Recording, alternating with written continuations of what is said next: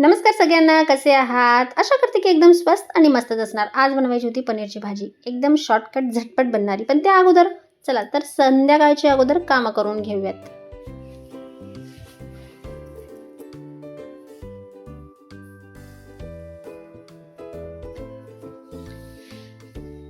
संध्याकाळचे मी कामं आवरते तोपर्यंत प्रणू पण आलेला होता स्कूलमधून. तो म्हटला की आई भूक लागली आणि थोडीशी हलकीच भूक आहे आणि मला पण लागली होती. म्हटलं चला आता पटकन बनेल काय, तर स्वयंपाकाची पण वेळ होते म्हटलं आणि दिवाबत्तीची वेळ पण चालू आहे होते. तर मग त्या अगोदर तर मी पॉपकॉर्न बनवले. दोघांनी बसून खाल्लेत आणि त्यानंतर झालीत देवपूजेची वेळ. संध्याकाळची देवपूजा केली आणि मग झटपट लागली देवपूजा वगैरे झाल्यानंतर स्वयंपाकासाठी. आणि आज मला बनवायची होती पनीरची भाजी, पण पटकन बनेल अशी बनवायची होती. तर मी त्यासाठी कांदे कट करून घेतलेत. एका कढईमध्ये थोडंसं तेल घेतलं, त्यातच कांदे वगैरे परतून घेतलेत आणि त्यातच मी त्या कांद्यांमध्ये थोडेसे सॉफ्ट झाले. त्याच्यानंतर मी टोमॅटो, लसूण आणि अद्रक पण त्यातच ॲड केलं. म्हणजे मी जास्त काही तामझाम केलेलं नाही आहे आज भाजीला. पटकन भाजी बनेल असं काहीतरी केलं आहे. आणि नेहमी तर मी अशीच बनवते. म्हणजे आजच नाही तर मी नेहमीच अशी बनवते. त्यात काही मी जास्त काही असं करत बसत नाही. सरळ नेहमी असे थोडेसे सॉफ्ट करून घेते कांदे, टोमॅटो वगैरे त्याच्यात सगळं ॲड करते आणि मग नंतर ते गार झाल्यानंतर त्याचा मसाला वाटून घे म्हटलं.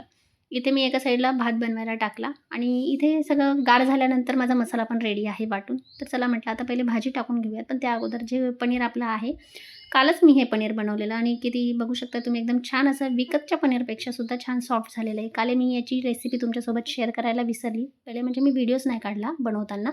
नेक्स्ट टाईम मी पुढच्या वेळेस बनवेल ना, तर नक्कीच मी व्हिडिओ काढेल आणि तुमच्यासोबत शेअर करेल. कारण आताच्या परिस्थितीत बाहेरून आणून खाणं म्हणजे खूप अवघड आहे. तसं तर मी पहिलेपासून घरीच बनवते. जास्त करून तर बाहेरून काही आणत नाही. पण आता तर ह्या अशा परिस्थितीत तर अजिबात नाही. बाहेर हे एवढं वेगळं-वेगळं काय बघायला भेटतंय, तर मला नाही वाटत की कोणी तुम्ही पण आणणार आणि बाहेरून आणून खाणार म्हणून असं.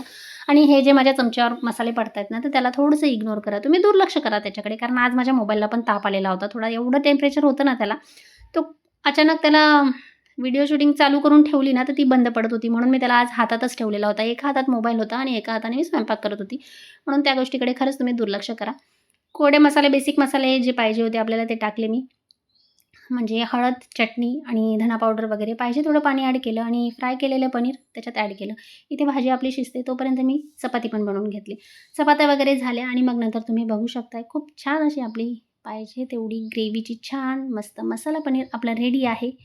आणि नक्कीच तुम्हाला जर आवडलं असं असेल आणि तुम्ही जर अशीच बनवत असणार तर मला नक्कीच मेसेज करून सांगा की खरंच तुम्ही पण अशीच बनवतात का असं. आणि आपलं स्वयंपाक तर रेडी आहे, तर चला आम्ही जेवण करून घेतोय. कारण पटापट जेवण करून थोडंसं कामही होतं. तर मग भेटूया नेक्स्ट ब्लॉगमध्ये. तुम्ही जर नवीन असाल आणि तुम्हाला जर आजचा ब्लॉग आवडला असेल तर सबस्क्राईब करायला अजिबात विसरू नका. आणि भाजीवर मी कोथिंबीर यामुळे टाकते की ती वरून टाकलेली मला आवडते.